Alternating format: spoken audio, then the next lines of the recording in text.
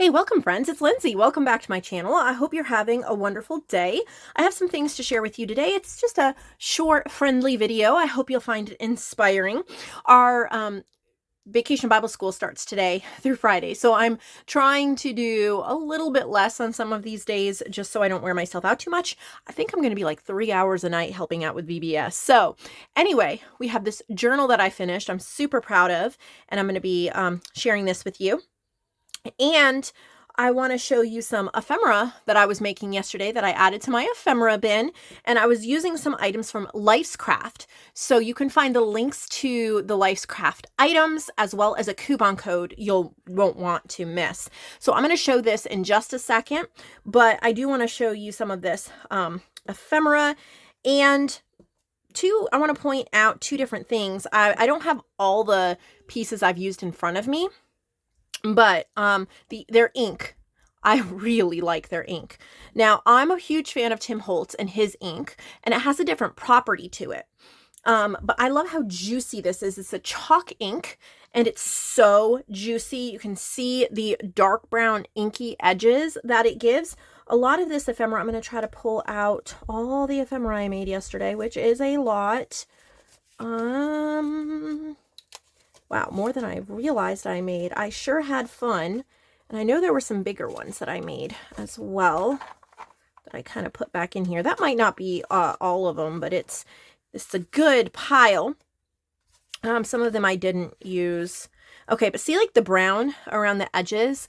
I've been having problem, and I probably just need to re-ink my Distress ink, but this is so juicy. This is the Jumbo Java color, and it was so juicy that it's almost too dark brown if I rub it on the edge. I found that if I take my blender, this is just a Ranger blender.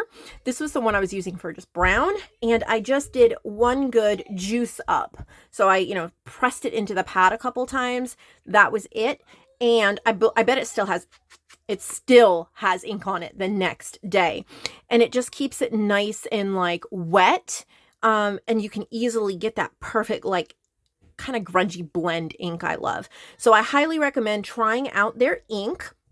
You can see it's very pigmented. So this is one of the Dandelion stamps that I got. There's a whole set, and you can find that in the description box below, but this is the one I was playing with, and you can see you can see the yellow and brown, the Mango Madness and the Jumbo Java there on this as well, and I'll show you how that's stamped as we go through some of this ephemera. So here, this is a playing card that I inked with that Mango Madness, and it was so juicy that I rubbed it just a little bit to get a nice smudge effect, and it's so pretty. And then I used a little heart die cut. There's a set, and I don't have it with me because I made such a mess yesterday on my desk, but you can find it in the links below. There are little bunnies, and then there's a little heart, and so I just cut a heart right out of the playing card. That was fun. And then here, this is the embossing folder that I got that has it's like a strip one, and I was trying to make it straight, and it slipped in my die cutting machine, but I actually really love the angle, and I used the Mango Madness ink to just brush over it to kind of just define that. So it's a beautiful little flip. There's also a blue ink. I didn't bring it with me, but there's a blue ink that goes with this set. And you can see I inked the edges of this in blue. I inked the edges of this in the yellow, and it's a little pocket. Did I ink? Yep, I inked in yellow and in brown for this pocket. And then here, so this tag background is just a print collage. Sister Simon sent me these wonderful digital tags for me to use, but you can see all I did was stamp this on there, and look at how beautiful that is. I love the Dandelion stamp.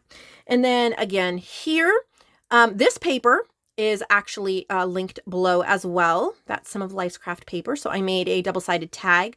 You can see the brown ink, and then as well as the stamp of the Dandelion.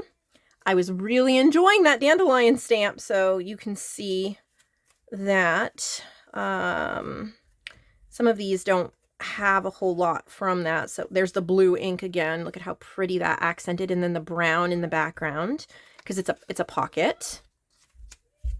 The brown ink, look at how juicy. Love it. Really stands out with the brown ink again. I don't think I really used it on these.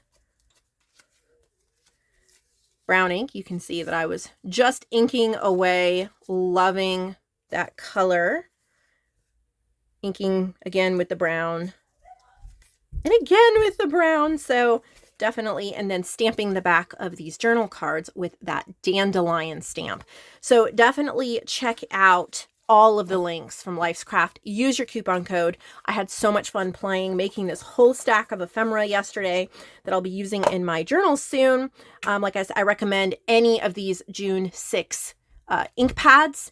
Definitely check them out. It comes in a pack of 4. I think there's a blue and I don't remember what the 4th color is, but there's 4 colors that come in the pack, and you'll see like the embossing folder, the stamps, all of that. So definitely check that out.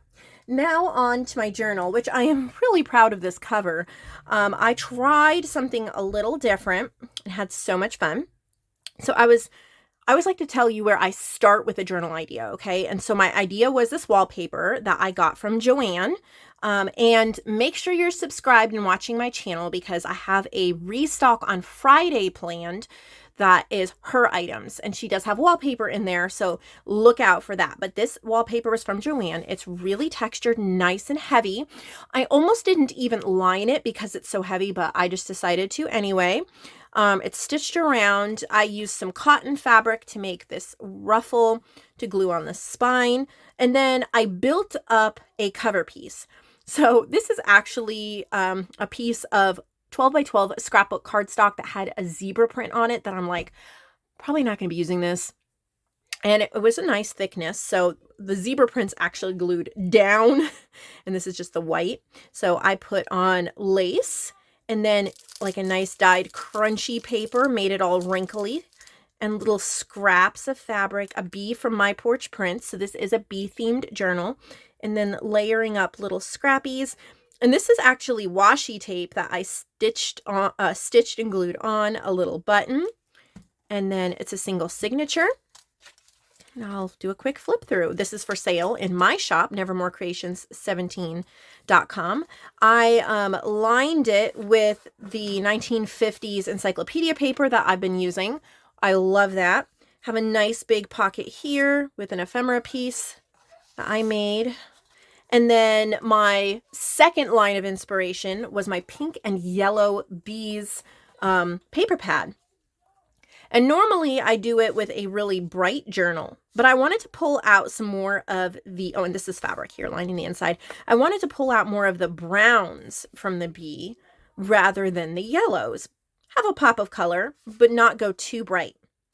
The background pages that I printed on the other side of some of the pink and yellow bee pages come from the Maker background pages you can get on my shop, and they are from the cream color because there's different colors.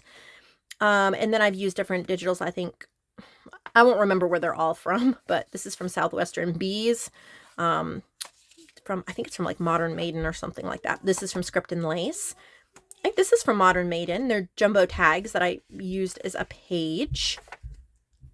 And then also My Porch Prints, different papers. I've done a little cluster, coffee dyed, garden book pages that my mom gave me. This is from Bee Blossom. Sorry, I had to repeat myself. I had to pause the video for a second. My kids are home and they were calling me. One of my paper pads. It's really pretty. And this was from my stash. I don't remember what shop this was from. I've had it for a long time. And then just different pieces of ephemera. We have some antique papery, which is no longer open, like the shop's closed down, but I still have some of her digitals. And then that's from Victoria Designs. There's a little fabric pocket here, and these are my button labeled botanicals. There's 3 of those in the pocket.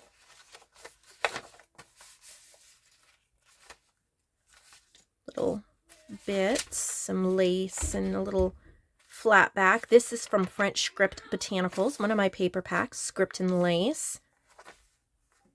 Got a little pocket here with a bee, and these are Canadian Script Wildflower Journal cards. They are printed very small. They're, I think they're printed half size. Some parchment paper, more bees, different like letterhead, coffee dye, or I don't know if it's coffee or just some kind of hand-dyed paper, coffee-dyed paper here.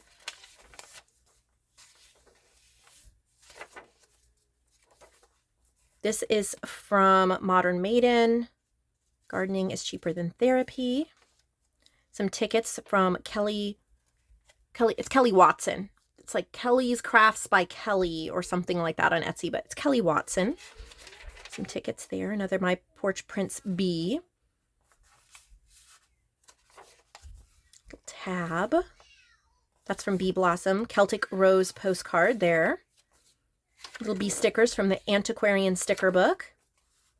These are from Southwestern Bees, and I think they're either in Nature Image Collection or Modern Maiden Image Collection. I really don't remember. I have so many of them anymore. But I searched bees on my computer, and they popped up, and I was like, oh, I forgot I did that. The labels are too. And a little library card in the back. So I'm actually really proud of the aesthetic of this journal, and I think it's just pretty, and it's, you know, I like the mixture between the modern and the vintage, and I think I captured that really well here. I'm starting another journal called Daily Life, and it's using my digital Daily Life, so hopefully I'll get to work on that a little bit today if I don't get too busy with other things. But I hope you all have a great day, that you'll visit Lifescraft, the website link below, as well as my shop. The link is below, and I hope it inspires you. If it brings you to the craft room, even for 5 minutes, it was worth it. Have a wonderful day.